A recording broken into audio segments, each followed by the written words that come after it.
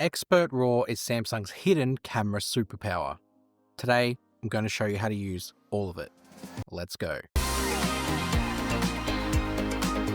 If you enjoy smartphone photography and want to add a little bit more control over the computational side of taking photos on your phone, then Expert RAW is the literal perfect thing to use. It works by taking Pro Mode controls and adding it in with computational processing and combining the two together to give you the ultimate photo that you can then either share straight away or edit yourself in Lightroom later. Today I'm going to show you all of it, the starting process on the settings you can use all the way through to the editing in Lightroom and everything in between. And especially if you have a Galaxy S25 and even more especially the S25 Ultra, there are new features that you need to know about. Starting with the settings. When you dive into the settings of Expert RAW, and the way you do that is when you're in the Expert RAW app, you go into the four-dot menu down the bottom and hit the settings cog, and then it jumps you in. I should point out too that Expert RAW isn't installed by default. When you slide across to the More tab of the camera, you do have to install it. Luckily, there's a little button there for it, and then it takes you to the Galaxy Store and installs it from there. First toggle you see is Lossless RAW. Effectively, Lossless RAW is, instead of compressing the RAW file down, it'll leave it uncompressed and preserve all of the detail, resolution, and file size for you to be able to edit in later. Just leave this on unless you're conscious of file size, then of course you can turn it off. Especially if you're not even going to use the RAW copy, just want the JPEG. Then you've got Adaptive Pixel, and in lower light, the way this toggle works when it's on is it will combine multiple lower resolution frames to sort of give you the best sort of brightness it can for the photo. And then it stacks them and gives you the desired resolution at the end of it as well. You've then got a setting here called Expert RAW Labs. Expert RAW Labs, I'm going to go through each one of these toggles and features individually a bit later on, because you can actually access these through the Labs menu that you see inside the app itself when you're using it. So just leave them on and I'll go through them in a moment. There's Save Selfies as previewed. We kind of know what this is, it's pretty self-explanatory. You can have this on or off, but I just leave it off. Auto HDR, whole idea of auto HDR again is just to make sure that the dynamic range is automatically applied and it'll just stack the frames together to give you the most and best dynamic range photo it can. Location tags, whatever. Auto share to PC or tablet. The way Expert RAW works with this turned on is if you have a Galaxy ecosystem like I do, you can set up an auto share as soon as your devices are near each other for the Expert RAW photos to be shared across to either your tablet or your Galaxy PC through Quick Share. And then you have those files available for you to edit on the bigger computer should you need to. Grid lines are absolutely something I recommend turning on just because it helps you position the photo and give you that rule of thirds that photography is known for. And then the shooting methods, in here you have the different options. It's mainly for selfies, but for other things like voice control, you can use it on any rear or selfie camera. And the whole point of it is you can just say cheese or capture and it'll capture the photo. That's the settings out of the way. Let's start now with the interface. Right at the top of Expert RAW, you can see a few toggles there and a few buttons. You've got the resolution options. And with the S25 Ultra in particular, you have 12, 24, 50, and 200. Sticking with the 200 for a moment, with the main camera being a 200 megapixel resolution, you can now take a 200 megapixel RAW photo in Expert RAW. Takes a while to process and the raw copy takes a while to save, but then you have this incredibly detailed photo at a raw level. So you can then really do some manipulation with that later in Lightroom should you wish. But then you also have 50, which you now have 3 cameras for on the S25 Ultra, and you have 12, which works on every single camera. But then you have 24, which is now the default for Expert RAW. And with the 24 megapixel resolution, you can use the ultra wide, the main camera, and the 5 times to capture 24 megapixel photos. The 3 times camera, however, because it's only at a 10 megapixel resolution that gets upscaled to 12, doesn't have the capability in hardware to process a 24 megapixel shot. And it tells you as such when you switch to it for the first time when you start Expert RAW. Next to the resolutions, you have the toggle for RAW and JPEG. So if you want to save both copies, this is the toggle that you can change. And when you click on it, it sort of shows you whether you want a RAW, JPEG only, or the RAW and JPEG. Best to leave it as just RAW and JPEG if you're not bothered by file size taking up space. Next, that is your metering, and you have 3 options here. And the good thing is every time you select an option, it tells you what that option is good for, whether it be center weighted, whether it be matrix metering, or whether it be spot metering. And the good thing is too, is that when you select the one appropriate for the scene, it kind of changes the outlook in your viewfinder. Worth taking advantage of that. Then the other part of Expert RAW that I'll go through first before I get to like the really exciting stuff is the manual controls. At the bottom above sort of the cameras that you can choose, you have basically promo controls in here. You've got the shutter speed, you've got the ISO, you've got your exposure value. Changing each one of those will sort of do different things. Shutter speed will change how fast the shutter works to capture in light and information. The longer it's open, the more light that it comes in. The ISO is your sensitivity to light. So the higher the number, the more sensitive it's going to be to light coming in, but that can also change things like grain and make the image really noisy. And then you've got another toggle there, exposure value, which you can set on its own, and then that'll alter the other two. You've got white balance as well, which you can change. And then you've got the autofocus. So you can change the point of focus either to be center, multi, or my personal favorite in here is manual. The manual has a slider. And when you slide this slider across, it will sort of show you with some focus peaking on the screen where the focus is going to be. You can have it be near. So if you've got something in front of the camera that you want to focus on and sort of blur out the background, or if you want to get the background in focus instead and sort of lose focus on the foreground, you can sort of slide the toggle across and you can see it take effect on the screen. What's great with Expert RAW is if you find some settings that are suited to a particular scenario, you can save them. So if you press this little, what looks like a settings lines at the left corner, bottom left corner of the screen, you can create a custom sort of profile. And then you can add it in here. And every time you want to, you select the one you want, and then it'll change those settings and revert them back to the ones you've created. And then you can just clear it and go back to default when you need to as well. I should point out too that at any point during your Expert RAW usage, if you don't know what something is, particularly if you're going into the labs menu, you'll see a little info toggle. This info toggle will tell you what this thing does.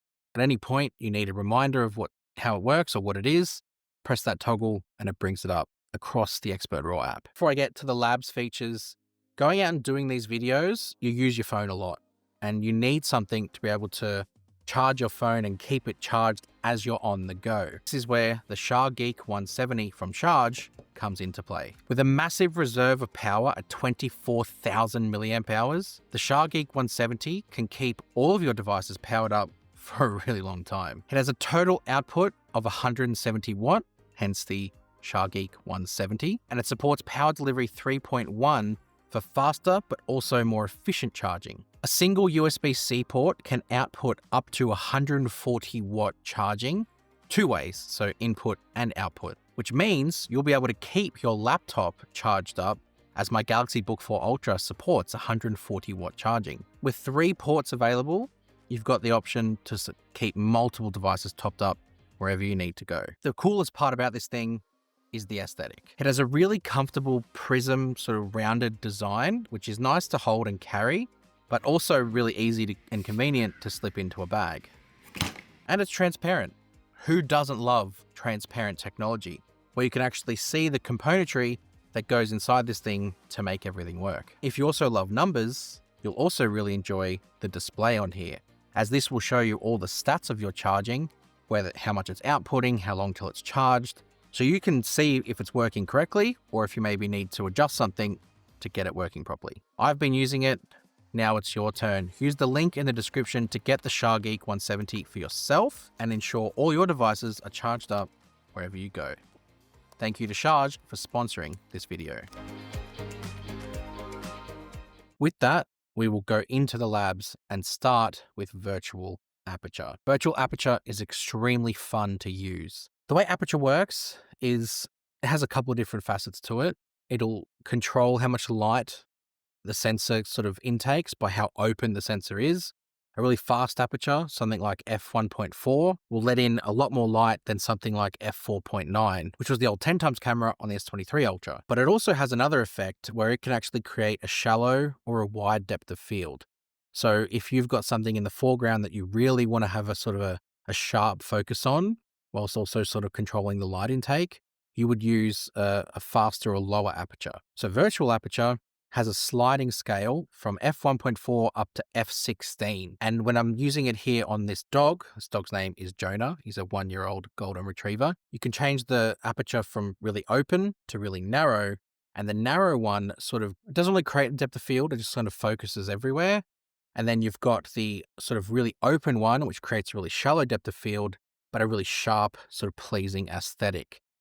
And you've got some numbers in between that you can go through as well. It only works on the main camera, and you'll also see in the top corner the little F with a circle that's yellow, and then you press that and you can exit out of virtual aperture at any time. It's a really fun mode to use and can create some stunning photos if you get the sort of balance of the aperture and the environment correct, as you can see from the photos I'm putting up on the screen now. The next Labs one is the ND filter. Again, it's a virtual ND filter. It's obviously not a real one. ND filters, or neural density filters, effectively act as like sunglasses for your camera lens. It stops light sort of penetrating through as much and helps sort of create a better, I guess, more contrast photo, especially in high contrast scenes. Again, there's a sliding scale here for the neural density filter, and it kind of automatically puts one in as soon as you select the camera. You can also go manual or auto as well. What I really like is the opportunity to create different sort of effects.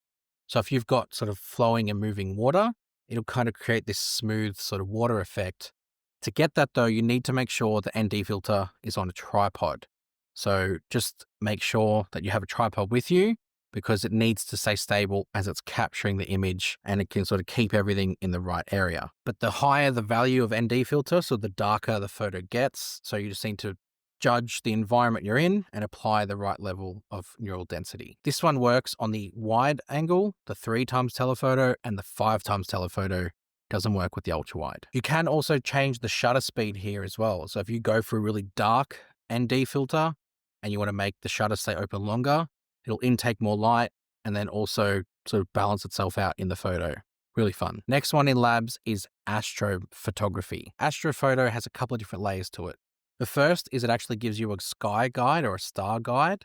So when you're pointing the phone at the sky, it sort of shows you where the stars that you might want to capture in relation to where you're standing. That's helpful. Not so helpful if you don't have any clear night sky like I don't. I live on the Gold Coast and there's lots of light pollution in the sky, so it really makes it difficult. I'm not going to give the best example of what it can take, but I'm just going to show you how to use it. Astrophoto also has 3 different capture times. You've got short, medium, and long. And depending on the environment, how dark it is, it might stretch those times out a bit further. Effectively, all it's doing is capturing multiple frames and then layering them all together for the most premium detailed image. I'll show some of the photos that I've taken. You can see, again, it's absolutely no way representative of how good you can get this, but this is just how clear and detailed it can capture because of that multi-image stacking that it's doing. Next is astro portrait. Kind of the same, I guess, effect as what astrophotography is. Now though, it's adding in an extra frame of you standing there. So if you wanted to take a photo with you in the night sky, it recognizes that to capture you, it needs light. So the way this works is once you select short, medium, or long, you press the shutter button and it'll capture the photo with the flash on. Once you see the flash go off, you remove yourself from the image, and then it finishes taking an astro mode photo of the night sky. And then it layers you on top of the photo that it's produced to create a really great image. Both of these modes need tripods, without a shadow of a doubt. So if you don't have a tripod, don't think about using this until you can get one. Smartphone tripods can come in all shapes and sizes, really cheap. I'll leave a link to one in the description below, one that I like to use, and maybe you might want to use that. The last Labs one is multi-exposure. There's 2 ways to use this. You can either have it be continuous or manual. Continuous is almost like an automated process where you can determine the parameters. So when you look in the settings here, you've got overlay. So overlay gives you 4 options. You've got add, you've got average, you've got bright, and then you've got dark. And they kind of all self-explanatory. Add will just literally add the frames on top of each other. The average will average out the frames that you've captured. Bright will obviously stack the brighter frames and sort of keep that as the consensus of the photo, and dark will sort of darken it up with the darker frames. You'll sort of change the settings. You then got how many exposures you want to capture. You can go as much as 9 or as low as 2, and then it just captures the set once you hit the shutter button. But then you've got the manual toggle, which allows you to manually take your frames and then adds them together. The thing with manual is you can go in and change the settings each photo. So if you want to change the shutter speed from one photo to the next, you can do that. And then at the end, it sort of combines those frames together to give you your photo. What I really like about this mode is it gives you the option to be a bit more artistic, but also have a bit more control. A lot of people do this thing where they layer frames on, like in Lightroom on their computer, whereas this is sort of giving you the option to do it on your phone and sort of stack them together with processing. You can also select the starting frame if you like as well from your gallery, and then add onto that as well. Something you have as an option, especially when you have manual. Now that's the interface, and that's the functions of Expert RAW. You then can move on to Lightroom. The great thing with Expert RAW photos when you view it in the gallery is there is a direct link to Lightroom when you swipe up on the image. You can go add to Lightroom straight away. I've chosen here a 24 megapixel one-time shot, so I just go straight in and add it to Lightroom and can begin editing. I'm not going to pretend like I'm sort of creative editor, but what you have with the raw copy is really great control of a lot of different areas, whether that be exposure, whether that be the white balance, whether it be the shadow areas, the texture, the clarity. All of it can really be controlled. And then as you're going, you can also monitor that progress by long pressing on the screen and sort of showing you before and afters. Once you export it, you then have the option to sort of see it in your gallery. Now put it up on the screen, the before and the after. And again, I'm very novice when it comes to editing photos, but you can even see the improvement that just adding that in has done. Then you've also got the JPEG copy, which is processed on itself. So I'll slip that in there as well. Let me know what you think. So that is Expert RAW, and that is how you use it. Love to know your thoughts over how you use Expert RAW. Let me know in the comments. If you want to see an Expert RAW versus Pro Mode video to sort of show the control and the output differences, happy to try and put something together. Again, let me know. Hit subscribe for that and for other videos, and I'll see you guys in the next one. Before I get to the labs features, going out and doing these videos, you use your phone a lot, and you need something to be able to charge your phone and keep it charged as you're on the go. That's where the Shargeek 170 from Shards comes into play. Oh, what the heck?